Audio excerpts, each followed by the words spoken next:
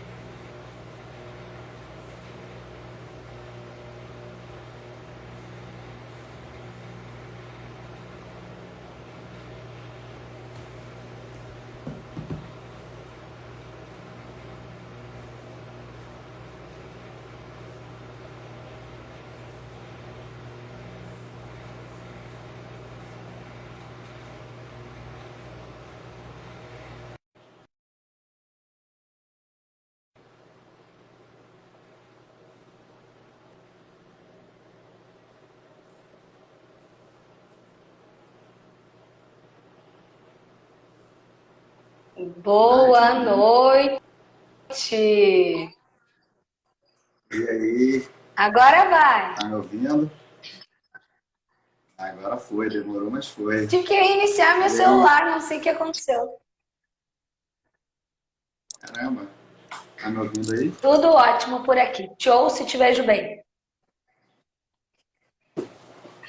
Tô tentando falar com o fone aqui, mas eu acho que o fone não tá adiantando de muita coisa, não.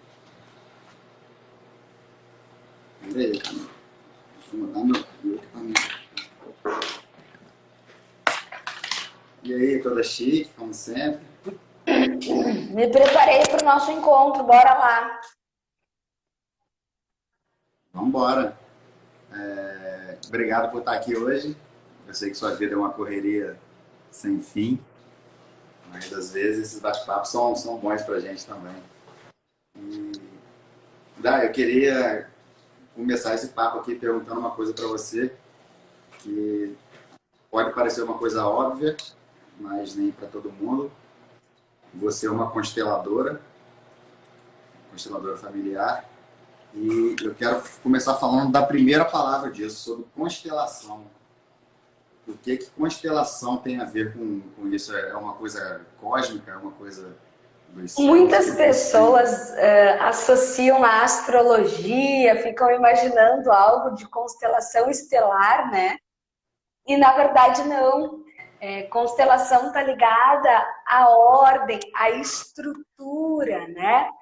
Então, o quanto do que somos hoje vem dessa sequência, dessa grande história familiar, né? Então, não tem a ver com astrologia, com cosmos, tem a ver realmente com esta ordem, tem a ver com este entendimento da nossa própria história, dessa sequência de vida que vem de tantas e tantas gerações e que muitas vezes a gente só olha para o agora. Eu tenho questões profissionais, eu tenho questões amorosas, eu tenho questões financeiras, como se fosse daqui para frente. E não.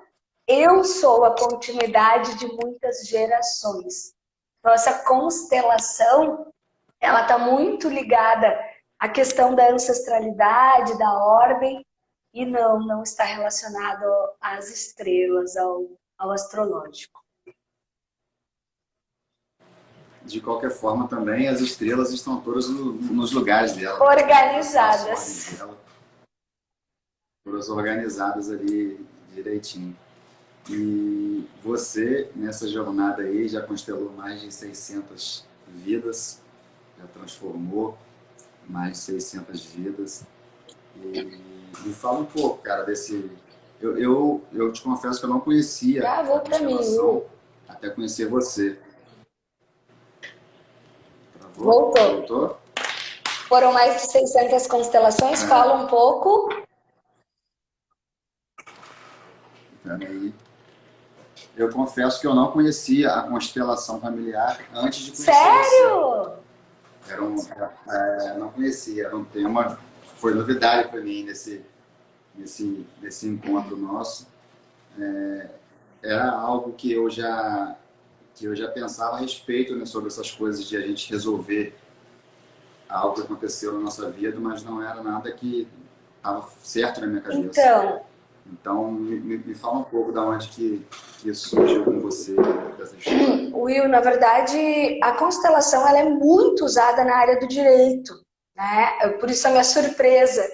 Existem muitos advogados, muitos juízes já se beneficiando dessa metodologia, tá? Ela é muito difundida. Quem me formou, inclusive, foi o Kotaro Tuji, que é de Belém, do Pará, e ele forma muitas pessoas da área do direito, defensores públicos, enfim, porque entende-se que ao organizar um sistema, muitas questões judiciais não precisariam ter chegado nesse momento de conflito, né? Seriam apaziguadas com esta ordem. Na minha vida, né, eu não sou da área do direito, sou formada em administração, trabalhei muitos anos no agro e a constelação entrou como uma forma terapêutica escolhida pelo meu irmão, né, mais velho. A filhinha dele, na época, isso deve fazer aí, beirando 10 anos já, ela não dormia, ela tinha 1 aninho e pouco e não dormia. E ele vai em busca de um médico homeopata e a consulta do homeopata vira para ele. E aí esse médico era constelador, fazia parte de um grupo de constelações. E ali se descobre a desordem que havia no nosso sistema.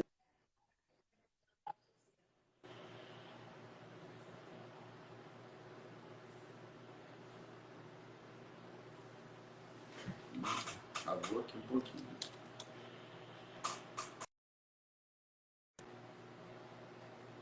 Né?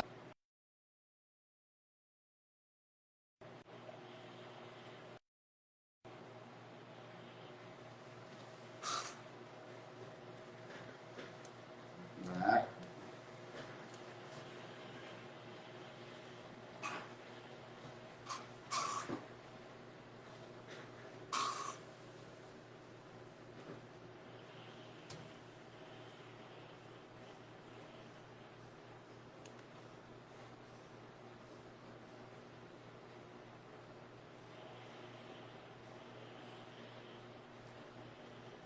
Voltamos?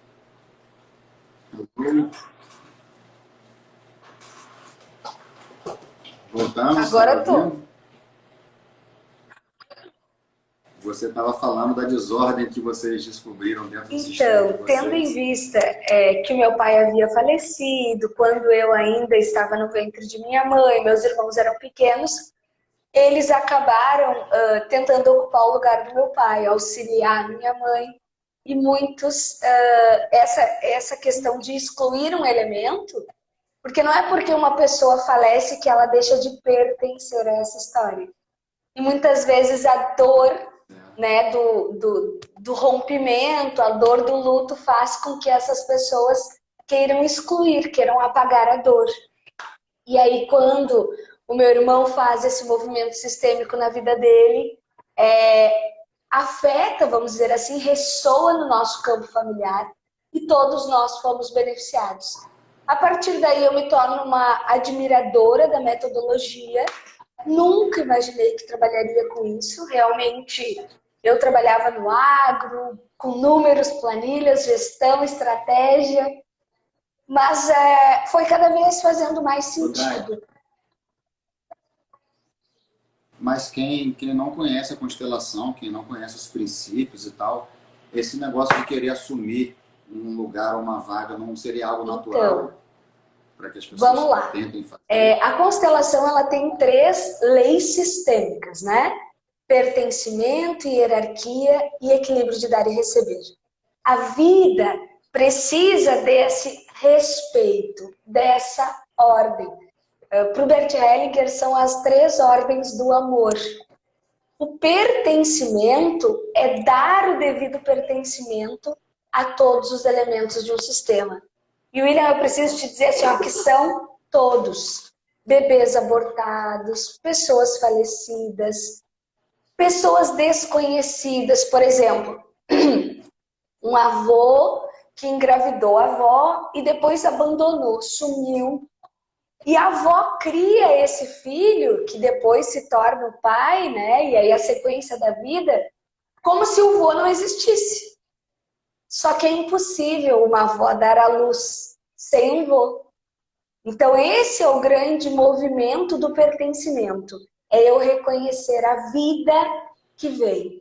Daí, mas outra pessoa teve que ocupar. Uma pessoa pode ocupar o lugar para a criação, né? Desempenhar, que foi o caso dos meus irmãos, do meu avô. Eles desempenharam a figura do masculino. Mas eu tenho um pai. Eu não posso excluir ele desse sistema. Eles podem desempenhar um papel, mas Tu não assumir entende? o Então, papel. assim, quando eu era criança, o que a gente aprende? Ah, eu não tenho pai. O meu é o meu avô. Eu tenho uma mãe. No Dia dos Pais, por muitos anos eu cumprimentei a minha mãe. Feliz Dia dos Pais, mãe. Tu é a minha mãe, porque tu é o meu pai e a minha mãe. Não, né? Eu tenho um pai e eu tenho uma mãe. A minha mãe me criou sozinha com o auxílio dos meus irmãos e dos meus avós.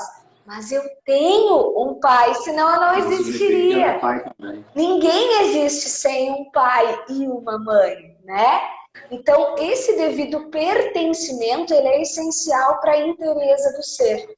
Will, é muito, mas muito comum as pessoas me procurarem porque chegaram ali na faixa dos 30, 40, 50 anos, adquiriram sucesso profissional, casaram, tiveram filhos. Mas tem uma coisa, Dai, tu falou a palavra certa. Eu tenho uma coisa que eu não sei explicar. Eu já tenho tudo. E mesmo assim me falta algo. A pessoa não sabe nem dizer o que é. E isso é a falta, muitas vezes, de pai e mãe no coração. Will, o Marcos, querido, que bela explicação. Em casos de famílias estruturadas e que tem essa coisa, Dai, tu falou em coisa, procede, eu tenho esse ciricutico, eu tenho esse vazio. Mas eu tenho meu pai e minha mãe. Aí pode ser o quesito hierarquia, né? O quanto, a lei sistêmica, o quanto esse amor intenso também faz com que muitas vezes eu queira cuidar. Eu queira proteger meus pais. E aí eu desrespeito a hierarquia. Por quê? Porque os pais são grandes e nós pequenos. Então, a importância dessas ordens para o fluir da vida. William casa e tem a sua companheira. Ambos têm uma filha. E a vida acontece para lá. Ai, mas é que... E tem alguma maneira de... Pode falar. Tem alguma maneira de a gente, por exemplo, querer cuidar dos nossos pais sem ferir essa hierarquia? Então, nós, filhos, não cuidam dos pais. Pais cuidam dos filhos. Quando que os filhos cuidam dos pais? Em caso de invalidez, em caso de doenças, em caso de impotência em determinados quesitos, né? Sejam eles mentais, físicos. Mas o que mais acontece? Eu preciso ajudar minha mãe. O meu pai, meu Deus, é um absurdo, porque eu não aceito. Isso é o que eu mais ouço. Não, eu honro meu pai e minha mãe. Eu só não aceito o que meu pai faz. Eu não aceito. Não. Nessa hierarquia, o casal, quem diz respeito um ao outro apenas. Filho não opina na relação dos pais. E essa é a grande quebra de hierarquia. Eu preciso cuidar da minha mãe. O simples fato de estar dizendo que não aceita, o simples fato de dizer que não aceita isso já está... Porque o meu pai... Tu não tem noção do que o meu pai fez com a minha mãe. Oi? Eu tenho noção que quando eles transaram e te deram a 21 horas, já podemos falar esse termo, né?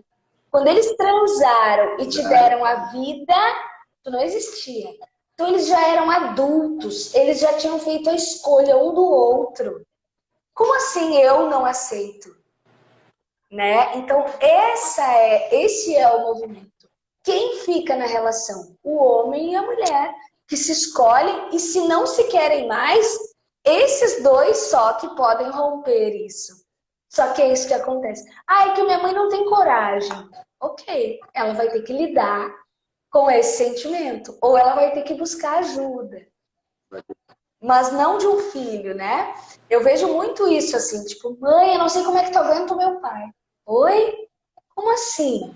Né? E aí começa esse movimento de respeito, começa esse movimento de posicionamento.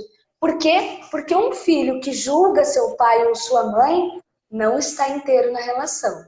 Não está inteiro com Movimento de quebra de não respeito. está inteiro com sua esposa, não está vendo integralmente sua filha, não está vendo as infinitas possibilidades de futuro. Só que o Will, ó, o Marcos dando risada aí, ó. Eita, eu ainda não acredito que meus pais transam. Então, né? Esse é o movimento do adulto, o reconhecimento da grandiosidade dos pais.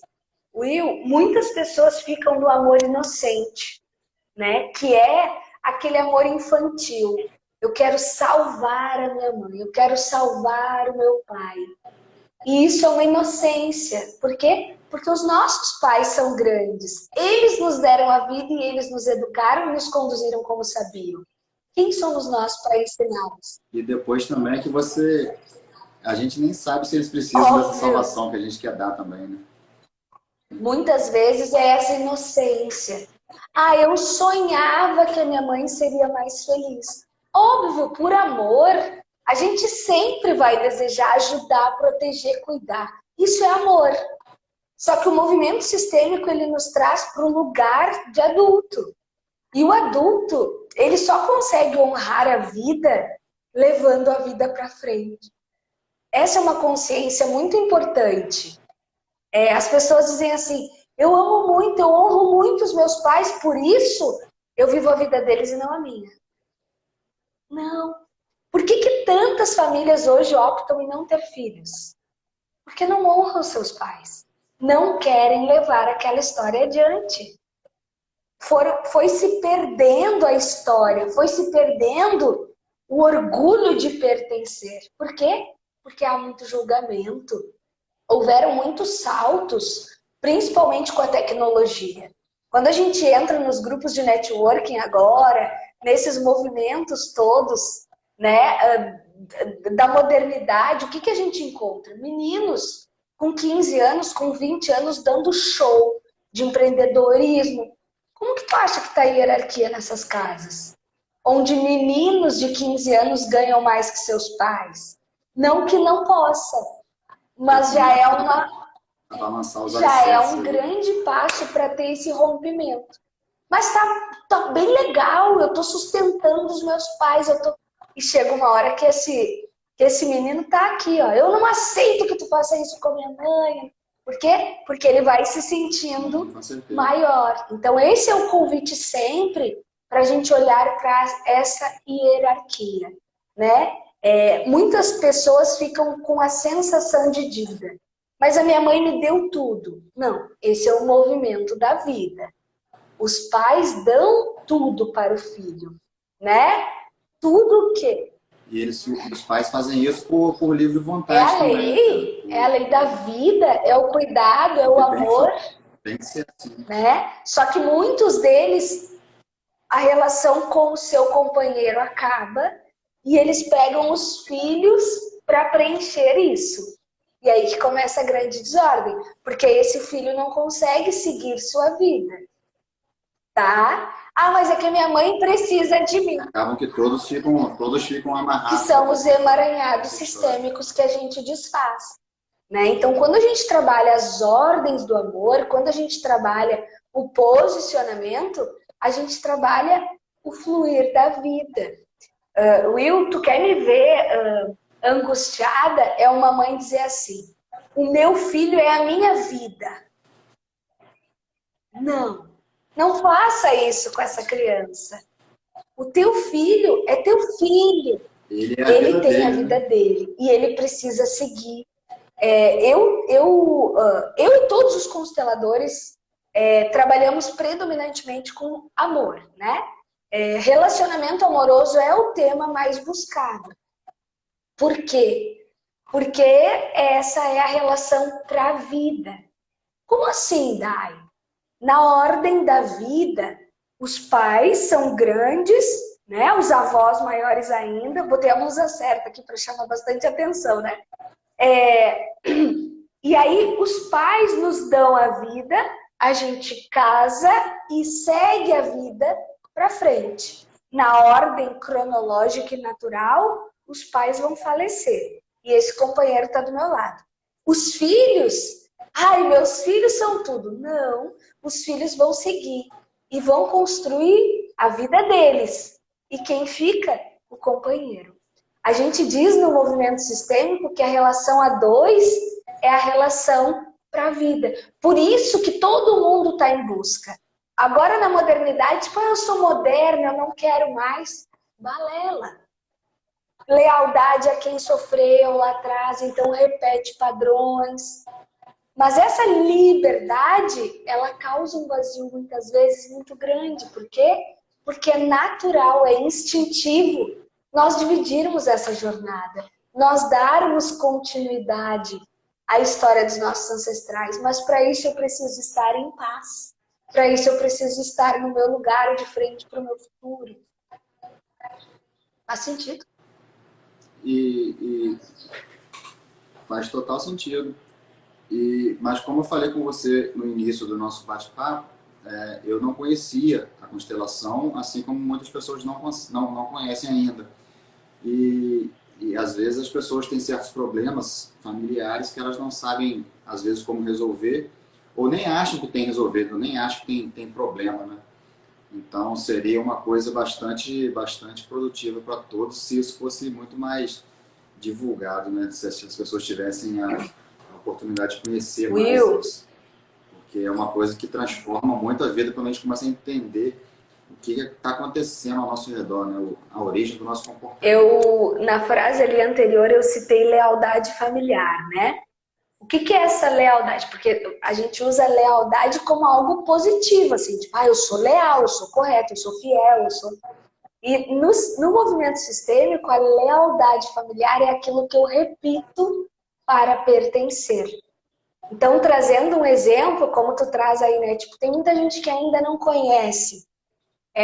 Por exemplo, casos de traição, casos de abuso, muitas situações que aconteceram no passado, que foram silenciadas, que foram reprimidas, que foram escondidas, que foram julgadas, e que eu preciso reconhecer a grandiosidade desses elementos quando se trata de uma hierarquia.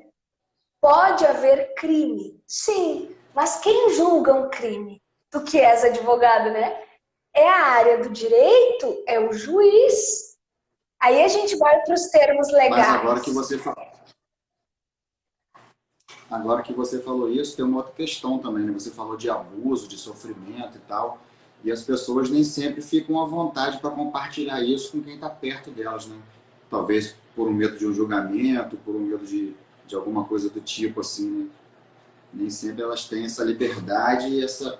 Né? Aconteceu comigo, mas vou deixar quieto para não me julgarem. Né? Às vezes acontece isso. A gente sempre traz a constelação como uma oportunidade de entendimento, tá? E aí é muito bonito, porque quando a gente abre o sistema, Will, as pessoas dizem assim, é tão engraçado porque eu nunca falei isso para ninguém. É tão engraçado porque eu nunca tinha olhado para isso desse jeito. Então, assim, é um movimento natural de abertura. Por quê? O processo de autoconhecimento é um processo de cura, é um processo de soltura, de alívio, onde eu paro de segurar, onde eu paro de esconder, tá? Então é uma grande ilusão quando eu escondo, acreditando que aquilo vai sumir. Quando eu silencio e não conto para ninguém, achando que aquilo vai, com o tempo, desaparecer. Will, eu já constelei uma senhora de 83 anos. E ela é o meu case mais experiente, né? Mas eu tenho várias de 70 e poucos. Tem certas coisas que nem o tempo ela tinha questões de abuso, de aborto, né? De dores de uma infância com pai e mãe, assim como as minhas clientes de 18 anos. E ela carregou por uma vida inteira. E aquele sistema das filhas, das netas, tudo ele foi emaranhado naquela dor. Então é muito bonito quando a gente entende que enquanto eu escondo, eu estou sofrendo em silêncio. E eu te confesso que quando tu traz a Lidai, foram mais de 600 constelações em 2 anos. Eu acabei explodindo junto com a pandemia, porque eu já constelava online antes da pandemia. E isso deu um boom na minha história, porque 600 constelações individuais é um número muito expressivo. Dai, por que tu escolheu o individual? Exatamente por esse ponto. A constelação mais utilizada é a constelação em grupo, onde pessoas interpretam o teu campo. É como se fosse um teatro. Elas estão a serviço do campo, do livro da vida do constelado, né? Que é acessado a partir da condução da constelação. É algo muito bonito. Porém, ali é impossível esconder. Um aborto, um abuso, ele manifesta no campo. E ali existem 10 pessoas, 5, 10 pessoas participando. E mais 10, 20 ou 30 assistindo. E por mais que aquela dinâmica seja muito valiosa, muitas pessoas temiam chegar até ela. E aí, quando eu faço a minha formação e eu opto pelo individual, eu descubro que é muito mais comum do que eu imaginava. As pessoas terem medo de expor suas dores. E até mesmo na individual, né? É muito bonito quando... E esse medo acaba sendo maior com pessoas até conhecidas, né? Com pessoas mais próximas. A constelação, o mágico dela, vamos dizer assim, é porque a gente acessa as informações do campo. Então, eu não preciso te conhecer, né? Algumas pessoas perguntam assim, é tipo cartomancia? Não. A cartomancia é uma previsão, a cartomancia vai olhar o futuro. A constelação, ela entende como está. E a partir das ordens, ela organiza. As ordens do amor, o Marcos pediu aqui, né? Quais são os 3, ele chamou de os 3 pontos trabalhados na constelação mesmo. Eu vou repetir, eu falei um pouquinho antes. Pertencimento, hierarquia e equilíbrio de dar e receber. O pertencimento é dar o devido reconhecimento a todos os elementos. Os abortos é um termo, um ponto muito comum e pouco falado, tá? Ainda são muito velados. Muitas mulheres têm um filho. Eu tenho um filho. Quando vão constelar, aparece mais 3. Como assim? Não, esses são... eu perdi, esse eu tirei. Mas, não. Então, tu tens 4 filhos. E aí a gente traz o olhar para essas crianças que passaram pelo ventre. Porque isso eu desarmonizo um sistema, tá? Eu quero trazer um exemplo prático do equilíbrio de dar e receber, que é a terceira ordem do amor. Nos relacionamentos amorosos, já que é o tema mais buscado, né? Qual seria o ideal? O equilíbrio do dar e receber. Seja através do cuidado, do carinho, as coisas vão se compensando. E aí chega um momento da vida que o casal está em desarmonia. Essa mulher vem de um padrão onde a mãe dava muito mais do que recebia. E ela começa a repetir esse padrão. Ela começa a cuidar da casa e ela reclama que esse marido não dá, que ele não sobe, que está em desequilíbrio. Mas ela não para de fazer. E aí ela cuida da casa, ela cuida dos filhos, ela trabalha fora, ela faz tudo e ela reclama que ele não sobe. Mas ela não para de dar. E aí o que acontece? A tendência é romper, porque esse casal já não se vê mais. Ela está como mãe desse homem muitas vezes, cuidando do lar, cuidando de tudo sozinha. Mas é isso que está acontecendo, as mulheres estão sobrecarregadas. Cuidado. Porque quando essa mulher toma consciência e se posiciona, ela para de dar tanto. E ela equilibra. E esse homem vai sentir o desconforto, tipo, cadê a janta? Vai fazer. Tu não quer comer? Claro que não precisa ser dessa grossura, né? Mas gradativamente vai fazendo esse convite. Por quê? Porque o casal precisa se ver. o casal precisa dialogar. E isso acontece na vida profissional. Foi combinado que o salário seria R$ 5.000 por essas demandas. O chefe combinou, o funcionário aceitou e começou a jornada. Só que essa pessoa, ela tem uma necessidade de entregar mais por sua história, por lealdade aos seus antepassados. E ela começa a dar mais. E ela começa a adoecer, ela começa a ficar furiosa. Porque ela está dando mais e está em desequilíbrio. Só que esse chefe combinou e essa pessoa não está cumprindo, ela está entregando a mais. Por isso que é importante. E a pessoa não entende, né? Ela não entende que ela precisa desacelerar. Exatamente. Eu trago assim para que seja visualizado, tá? Quem está aqui em cima tem certeza que esse aqui precisa subir. Quem está aqui embaixo está confortável. Acha que a outra está entregando mais porque ela quer. Eu estou cumprindo o combinado. Então é muito importante, Will, além do dar e receber, as compensações, tá? Ah, houve uma traição. Eu preciso trair para equiparar? Não necessariamente, né? Bert Hellinger dá um exemplo. Pega o cartão de crédito e estoura, né? Se um dos teus valores é a fidelidade, né? Então, assim, equilibra, ok? Eu tô brincando, né? Claro que isso é um assunto muito delicado, tem que ser conversado, enfim, mas é só para se ter ideia do que é esse dar e receber, tá? Muitas vezes o sacrifício que um faz em prol do outro está acabando muito mais com a relação do que, de fato, equilibrar. E tudo volta no que a gente falou, né? Da pessoa entender, né? Da pessoa entender o que está acontecendo, da pessoa reconhecer, ela se olhar no espelho e entender por que ela está fazendo isso, né? A pessoa está repetindo um padrão de outras pessoas achando que é o padrão normal dela, da vida dela, e ela não Will, um ponto que aparece muito é a questão do alcoolismo, tá? O meu pai batia na minha mãe, o meu avô batia na minha avó em função da bebida, era um horror. Então se julga muito aquele avô, se julga muito aquela avó, aquela mãe, aquele pai por suas atitudes. Enquanto eu estou julgando, eu vou repetir. E aí eu vou fazer tudo diferente, vou pegar alguém que não bebe. E vai passando o tempo e pode esperar. Essa pessoa começa a beber, essa pessoa começa a mudar. Por quê? Porque a força de uma lealdade familiar, ela transpõe, os sistemas se misturam, a vida se acomoda, se molda, se desenha. Para quê? Para que tu sinta na pele aquela situação.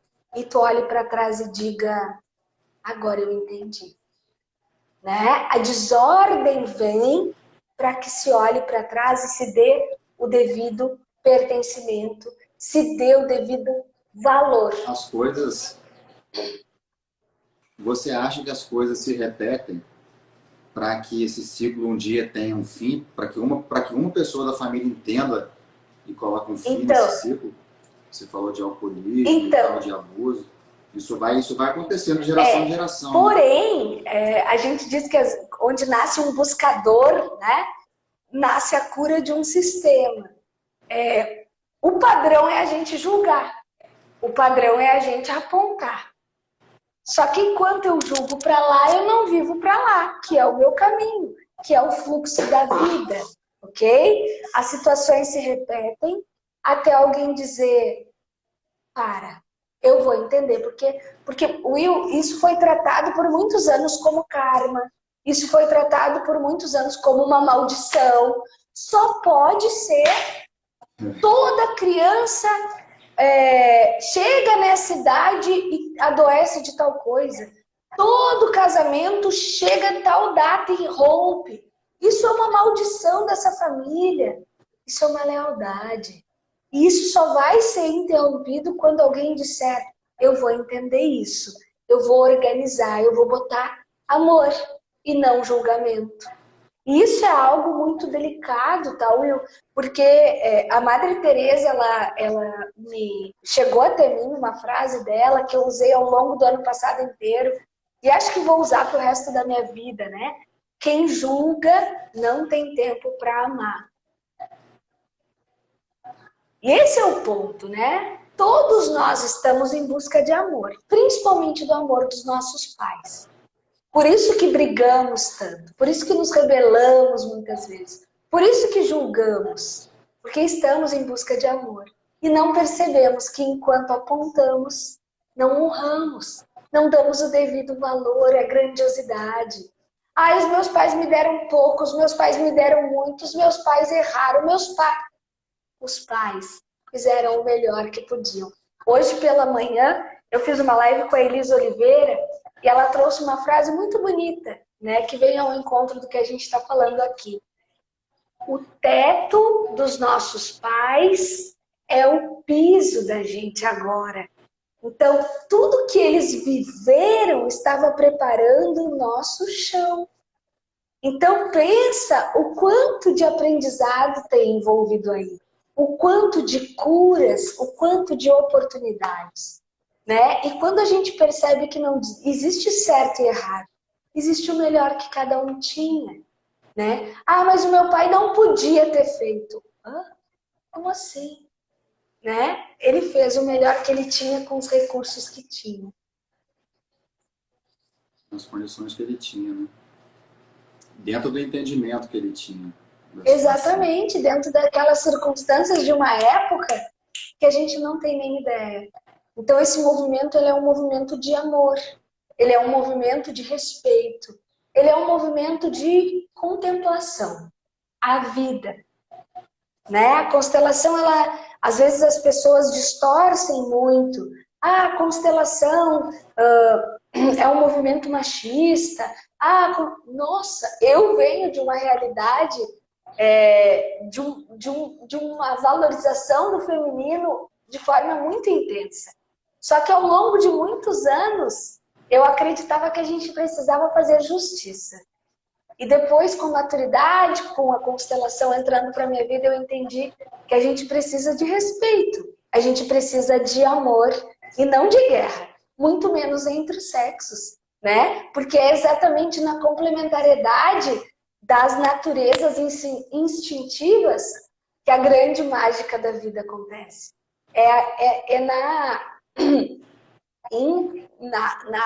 Nessa completude do ser que nasce a vida, né?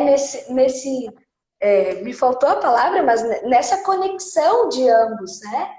Então, a vida acontece através dessa conexão. E quando ela tem amor, quando ela tem respeito, principalmente as habilidades naturais de cada gênero.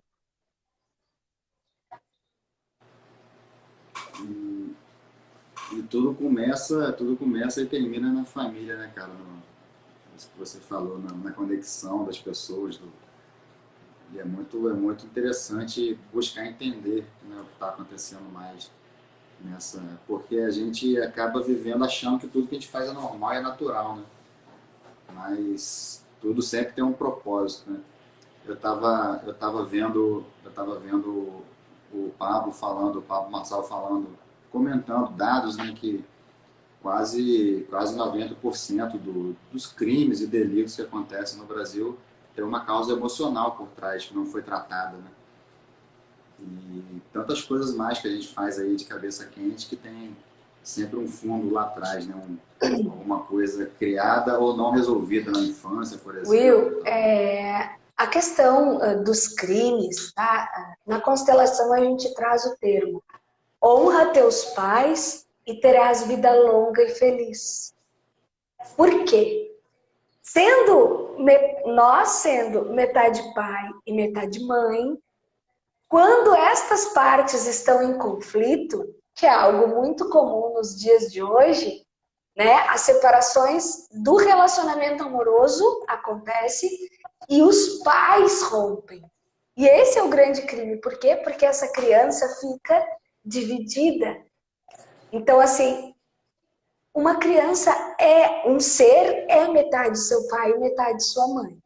A mãe criou, o pai cuidou mais, um deu mais amor, o outro agrediu, mas a construção acontece meio a meio, ok?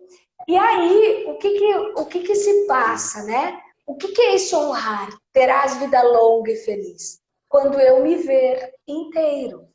Quando uma mãe exclui esse pai e fica, porque teu pai não vale nada, porque teu pai... Ela está anulando a metade masculina, né? Então, assim, esse menino, ele vai para a vida sem essa força do masculino.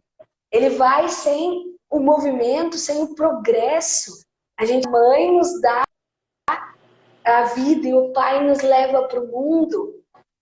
A mãe tem a cara do sucesso e o pai tem a cara do progresso. Isso tudo se constitui, né, ali nos primeiros 18 anos de vida, né? Vamos pensar nessa maioridade. Mas muito impacto até os 7, 14 anos, pensando, né, nesse primeiro momento onde a criança precisa mais do afeto da mãe e depois quando ela precisa confiar seu filho para que o pai apresente a vida. Então, muitas coisas são distorcidas por parecer coisas antiquadas. E, na verdade, não. Ou religiosas. E, na verdade, não. A gente está falando de sistema, de ordem, de amor, né? E dos movimentos da vida. Quando tu falas em crime, um crime muito comum que o olhar sistêmico traz com muita clareza é quando uma pessoa, um filho é excluído do sistema, tá? O pai pulou a cerca em determinado momento do casamento, teve um filho e não assumiu. Ficou um segredo, tá? E a vida seguiu. Lá pelas tantas, esse filho adulto aparece. E é reconhecido como filho. E o pai inclui ele, por exemplo, na empresa da família, para compensar. Ele estava perdido na vida e ele bota ele na empresa para compensar aquela falta. Muitas vezes, essa pessoa rouba do pai. Rouba da empresa. Por quê? Porque ele está cobrando o que é seu. Will, é algo muito louco. Dai, não, é má índole e tal. Claro que a justiça vai fazer.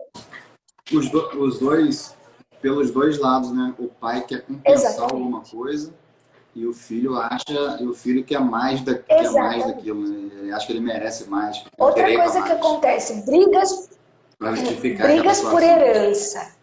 Brigas por herança, a família está em guerra. De quem é aquele dinheiro? Dos pais? Dos avós? É uma construção. E a família está se degladiando. Enquanto eu brigo por um dinheiro dos meus antepassados, eu não vou para a vida. E aí a gente vê pessoas que passam a vida inteira esperando por uma herança e não constrói e não tem força. Porque julgam que os pais não deram tudo, porque julgam. E como seria honrar, tomar a força da vida de ambos, construir e essa herança ser só sequência? Para que não se perca na história, os familiares recebem. Mas muitos filhos não vão para a vida, porque estão contando com aquilo que é seu.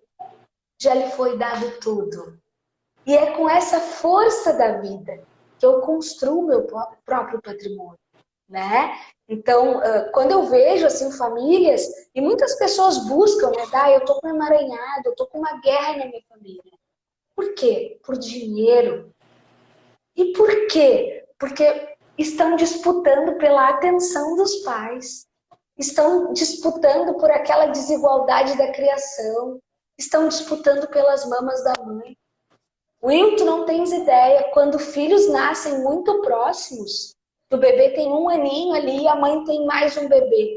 Ela precisa tirar um do seio para amamentar o menor. E é instintivo ela dizer para aquele maiorzinho, filho, ajuda a mãe, tu é grande, tu tem que entender. Will, isso gera uma dívida ao longo da vida inteira, mas muito inconsciente. Então, brigas da vida adulta, muitas vezes, estão relacionadas com aquela disputa pelo peito, pelo colo, pelo afeto, né? E aquela mãe só precisava dar a sobrevivência. Ela só precisava se virar nos 30 com 1, 2, 3, 4, 5 em famílias que têm mais ainda. E ela fez o que ela podia fazer também, né? O que tinha para ela fazer era isso. quando tu me diz assim, tudo é pai e mãe, é 98% dos casos.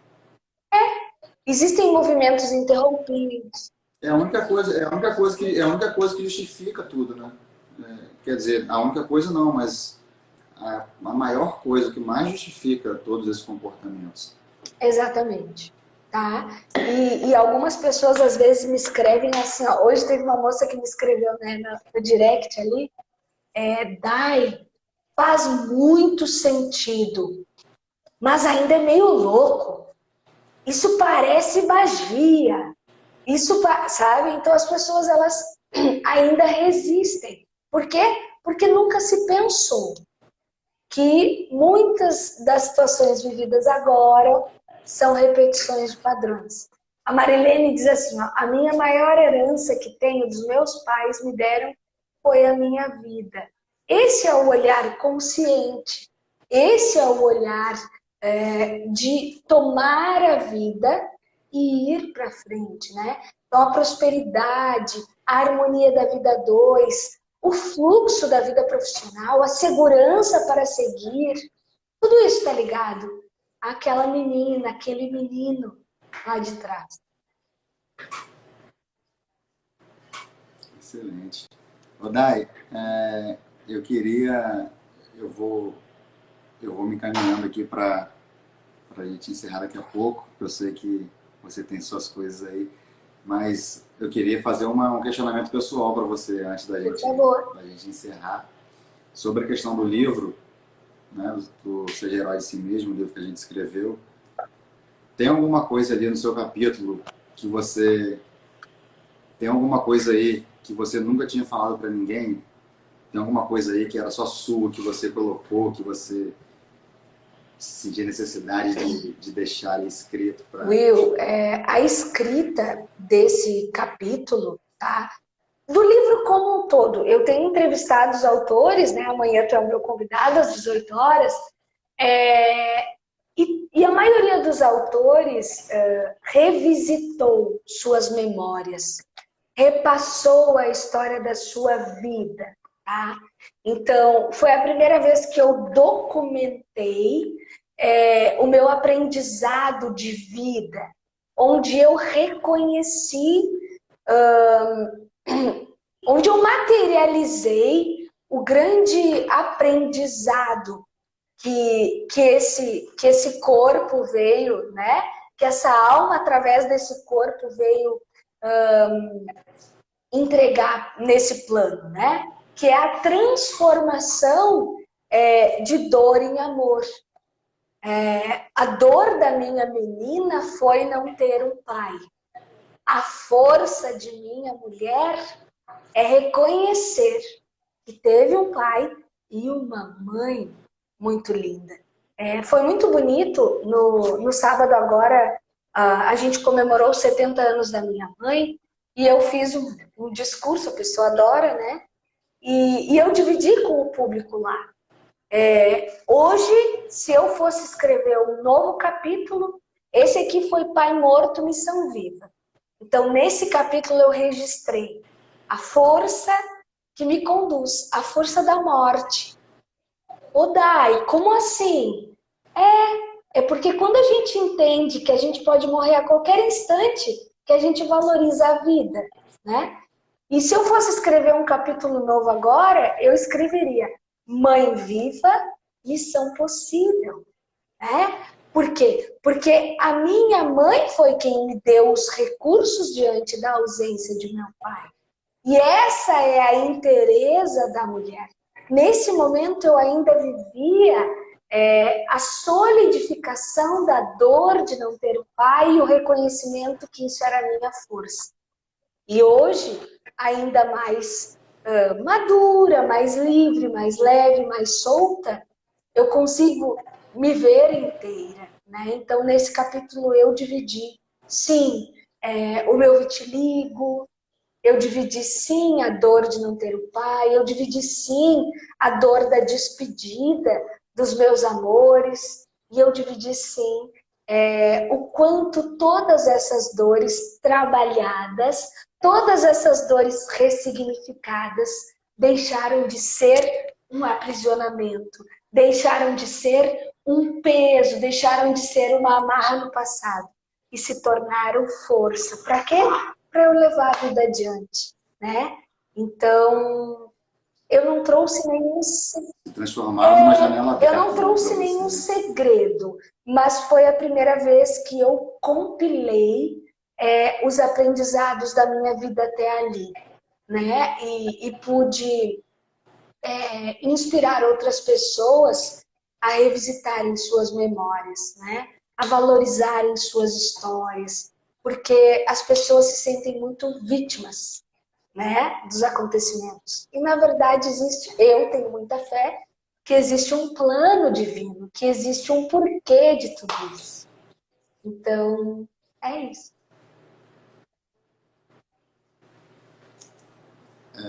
Eu queria te agradecer demais por ter vindo aqui. Esse papo foi um papo lindo, leve e esclarecedor também. Toda vez que eu converso com você, barreiras tomam dentro da minha cabeça. Toda vez que eu converso com você, um monte de coisas que eu acho que eu sei, que eu estou fazendo certo, vão caindo como dominós. Eu vou entendendo outras coisas. Que bom. Obrigado mesmo, gratidão por você ter vindo aqui hoje. Amanhã a gente vai ter mais um papo, mais um bate-papo. E eu espero sempre ter a oportunidade de estar conversando com você, porque a minha cabeça fica sempre muito mais leve depois desse bate-papo. Que bom, querido. Fico à disposição, tá? Conta sempre, sempre comigo. É importante que as pessoas saibam que não precisam temer. Ah, querida, que linda! Que não precisam temer a constelação, né? É um recurso, é um olhar, é uma forma de ver a vida com mais amor. Gratidão, Will, por esse espaço, por essas trocas. Eu que agradeço também. Tenha uma boa noite. Obrigada, fica com Deus. Gratidão a todos. Tchau, tchau. Beijão, tchau, Nai.